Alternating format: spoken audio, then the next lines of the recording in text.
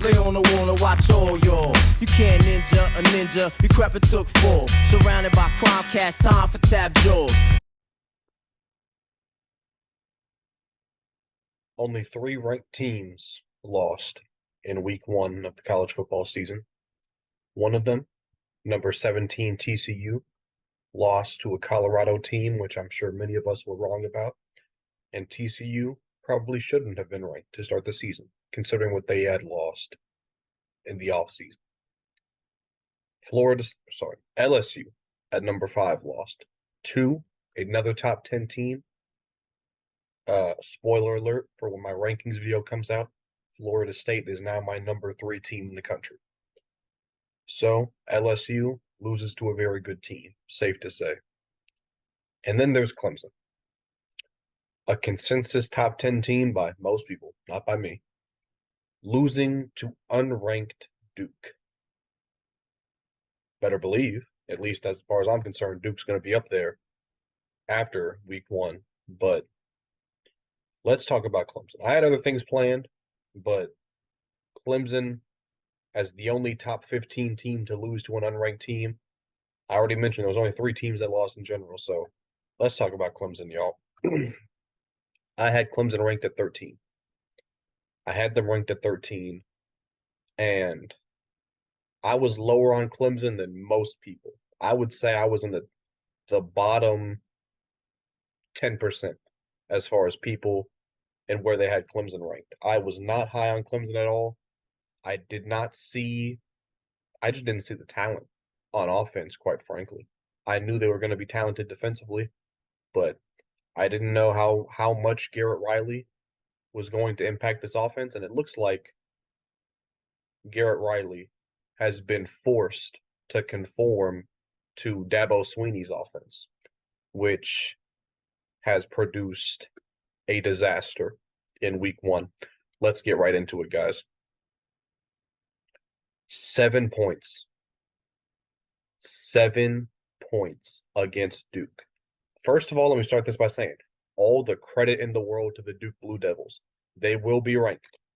They will be ranked after this week, one of the biggest wins in the history of that program. The fans got to storm the field, and taking a quick look, not to detour, but taking a quick look at Duke's schedule here, we have Lafayette, Northwestern, and UConn.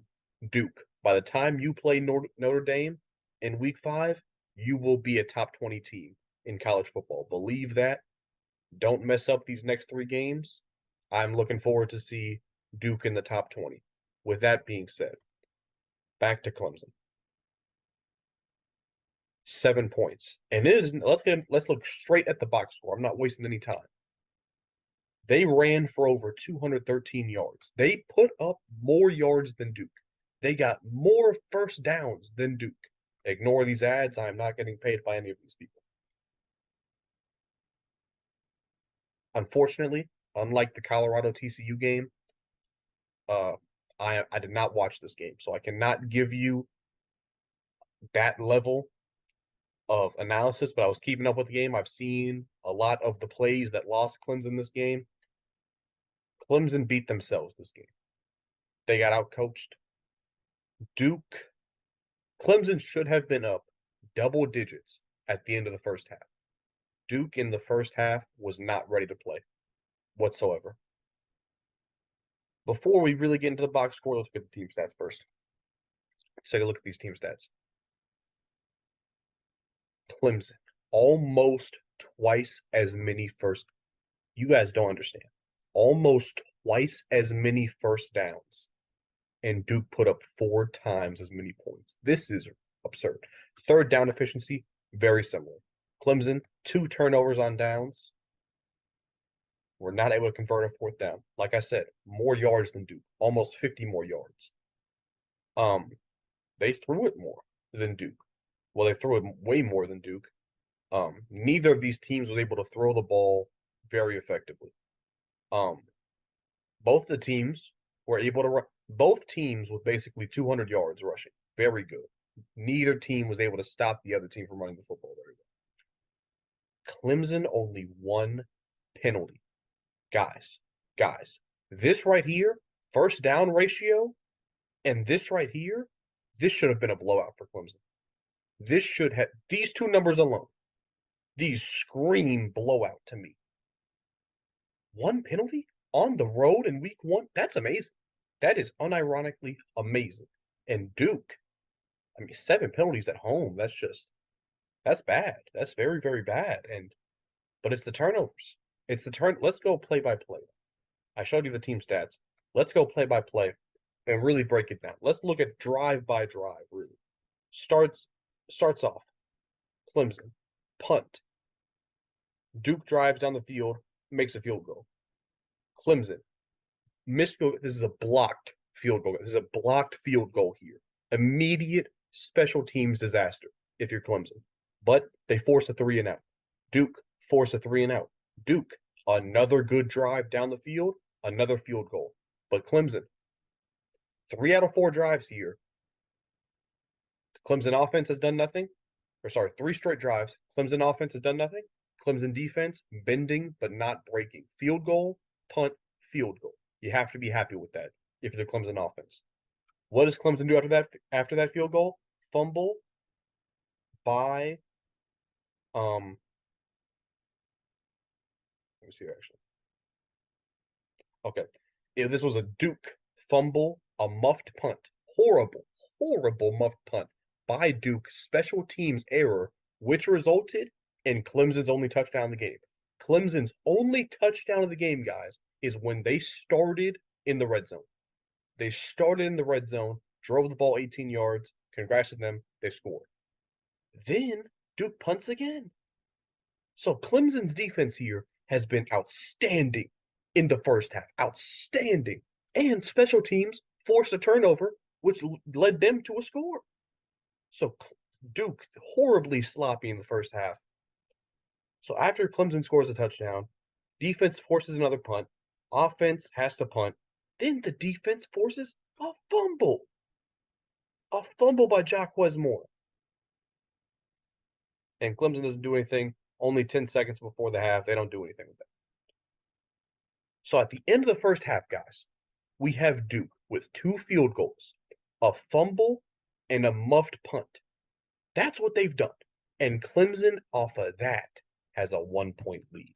Absurd. This just horrible, horrible. A blocked field goal, punt after punt after punt after punt. The offense is struggling. They can't move the football. They can't. Second half, Duke drives down the field for a touchdown. This was the Riley Leonard. Riley Leonard, 44-yard touchdown on just a broken quarterback draw, breaks the game wide open. And what does Clemson do after that, guys? What does Clemson do after that? Needs to answer another blocked field goal. Awful. Special teams disaster for Clemson. You take 2 field goals and they both get blocked. Horrible. Horrible. But then the defense comes back. 3 and out. So what does Clemson do? They finally put together a drive, guys. They finally put together a drive here. And so was the last drive. Back to back in the second half here. You're driving down the field and they fumble. Cade Klubnik fumbles. And then what does the defense do? Guys, the Clemson defense. How many 3 and outs did the Clemson defense force? Here's one. Another 3 and out forced by the Clemson defense. And the offense fumbles again. Again. Phil Maffa at the Duke 1-yard line.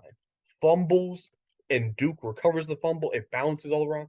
Duke recovers the fumble and takes it all the way, guys, to the Clemson 33. Disaster. Let me sit up for this. So at this point in the second half, Clemson has had 3 drives. Let's break them down. Blocked field goal, fumble, fumble. Horrible coaching. I don't care what you say.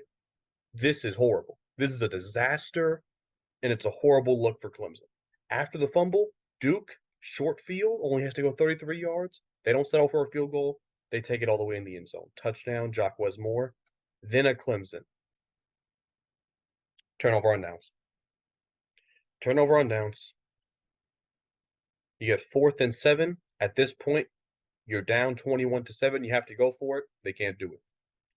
And then the defense forces another 3 and out. Guys, at this point in the game, with this 3 and out right here, Clemson's defense has forced field goal, short yardage touchdown. Short yardage, only 33 yards. Clemson's defense tried here. They gave up 28 points. Clemson's defense played outstanding. I think they played outstanding.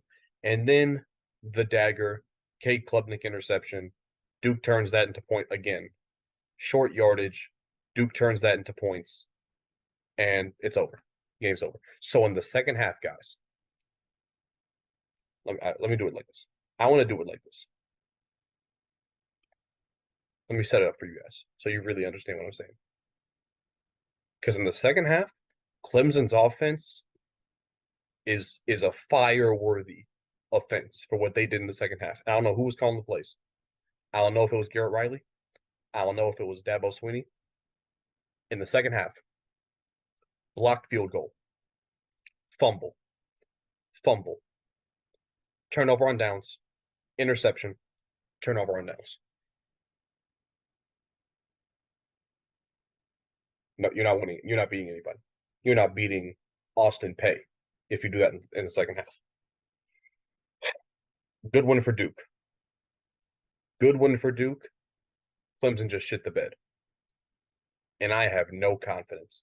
I have no confidence in Clemson right now. What do you even say? And let's get into the bigger picture here, right?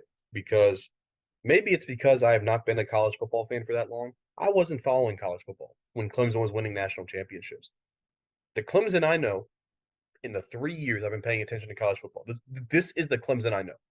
Missed ACC championship, win a very weak ACC championship, missed college football playoff, and this season. I have 3 years of Clemson not being a dominant program. I have 3 years of Clemson not being a national contender. I have 3 years of Clemson losing big games that they need to win. So this is me, right? I am a new fan. I do not have that respect for Clemson. I don't have that respect for Dabo Swinney. All I see is a program that is years behind everybody else offensively, and it's not close. I see a head coach who has refused to go into the transfer. And this is different. There's a difference between looking in the transfer portal and fighting for a couple guys and not getting them. And then there's Clemson. There's Dabo Swinney, who actively chooses to not use the transfer portal because he doesn't think it's good for the game. It doesn't matter if you think it's good for the game or not. It's happening. If NFL coaches decided that they didn't like how pass heavy the NFL was and they decided they're just going to run the ball every play, guess what? That coach would be fired. To hell with what their personal opinion is, they'd be fired. I'm not saying Dabo Swinney should be fired, but his decisions have gotten Clemson to where they are right now, which is, in my opinion, I'm not going to say unranked, but when my end of week 1 rankings come out, I'm going to have to fight to find a way where Clemson's ranked because they put up 7 points and shit the bed in the second half. They have a good defense. I will give them all the credit in the world for that, but they didn't get a sack. They got 1 turnover on a fumble. So their defense did not really break. They bent a lot. They didn't really break. They gave up a couple big plays. They were set up in some horrible positions by their offense. But the Clemson offense is terrible. They're going to get drugged by Florida State. They're going to get drugged by fucking UNC. They're going to get drugged by Notre Dame. So let's take a look at their schedule. I've laid out how I see Clemson and my view of them because I see a lot of people right now saying that they're coming to Dabo's defense because of what he did 6-7 years ago. Which, yeah, a coach's history should play a lot into how you view them. But if they show a trend, and I'm talking about several years now, where they are just not changing with the times, it might be time for a change. Let's look at this, guys. Let's start from week 4 here. Because from week 4 to the end of the season, guys, that is a 1, 2, 3, 4, 5, 6, 7, 8, 9 game stretch. Based off what I saw tonight, I can't say any of those games are gimmies. I cannot say Georgia Tech at this point in time is a gimme. NC State won. Syracuse won in dominant fashion. Wake Forest offenses look very good. I can't say any of those are free wins. Miami should give them trouble. South Carolina should give them trouble. I can't say that they stand a chance right now against Notre Dame or Florida State or North Carolina. North Carolina's defense looked incredible. North Carolina will be ranked in might be ranked in my top 15 in my next rankings. Their defense looked incredible. And keep in mind, this wasn't some LSU loss where it was out of conference. LSU's loss, it was big. It showed us they may not be a playoff contender, but it doesn't affect their odds to win the SEC West this year. Clemson lost a division game, week 1. Let me lay out these 4 games to you. Florida State, Miami, North Carolina, and Syracuse. Those 4 games. Right now, I see Clemson going 2-2 at best in those 4 games. If they lose those 2 games, they're missing the ACC championship game. They are missing the ACC championship game 2 out of 3 years. 2 out of the last 3 years. What is that? What is that right there? And let me bring up a stat real quick. I have no way to verify this, but I saw a big page posted, so I'm just going to believe it off blind faith here. 4 and 5-star players. 4 and 5-star players on Clemson and on Duke. Clemson, 56 4 and 5-star players. Duke, 2. Dabo Swinney got outcoached. Clemson, 2 block field goals, several fumbles, and interception, an abysmal offense. An offense that couldn't do a damn when it needed to. They better drag Charleston Southern and Florida Atlantic. If they don't beat both those teams by 40, they're not going to be ranked for me. I don't know if they're going to be ranked next week for me. I'm going to struggle with that. Looking back at the game, I like that they were able to run the ball effectively, but you got to throw the ball. Maybe let's look at the team. What I thought, this is enough. I said at the time, I don't think Antonio Williams, Bo Collins. I think there are a couple number 2 receivers. Neither of them are great. I don't think either of these guys are NFL talents. Neither of these guys are wide receiver 1s. I don't think it's enough.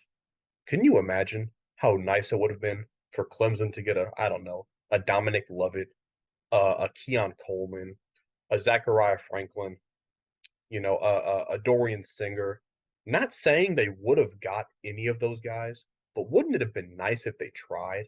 Do you guys think that would have helped them to have a number 1 receiver on the field tonight? I think it would have. I think it would have helped them a lot. I'm not going to say Cade Klubnik is a bum. I'm not going to say he's ass, because to me, it seems like Dabo Swinney was the one making the offensive decisions tonight. Maybe, Garrett Riley was calling the plays, but it seems like Dabo Swinney has a system similar to Jimbo Fisher with Texas A&M, and that system was just outdated. And it's not a reflection of the quarterback as much as it is on the coach. We just saw what DJ did at Oregon State. If you didn't know, DJ just balled out his first game at Oregon State. So maybe it's just Dabo Swinney. And if you think I'm being a hater and you think I'm being overly critical of Dabo Swinney right now, it's because they just lost 28-7 to Duke. We need to be a little critical at times here. With that being said, I don't really have much else to say. This was not the video I was planning on making tonight, but Clemson just shit the bed. Congratulations to Duke. Clemson's playoff hopes are all but done at this point, which, if you ask me, they were never really a playoff contender. But, that's all I got to say, man. Thanks for watching. Leave a like if you enjoyed. I'll see you on the next one. Peace. It's out the motherfucking pack. Right out the niggas don't know how to act.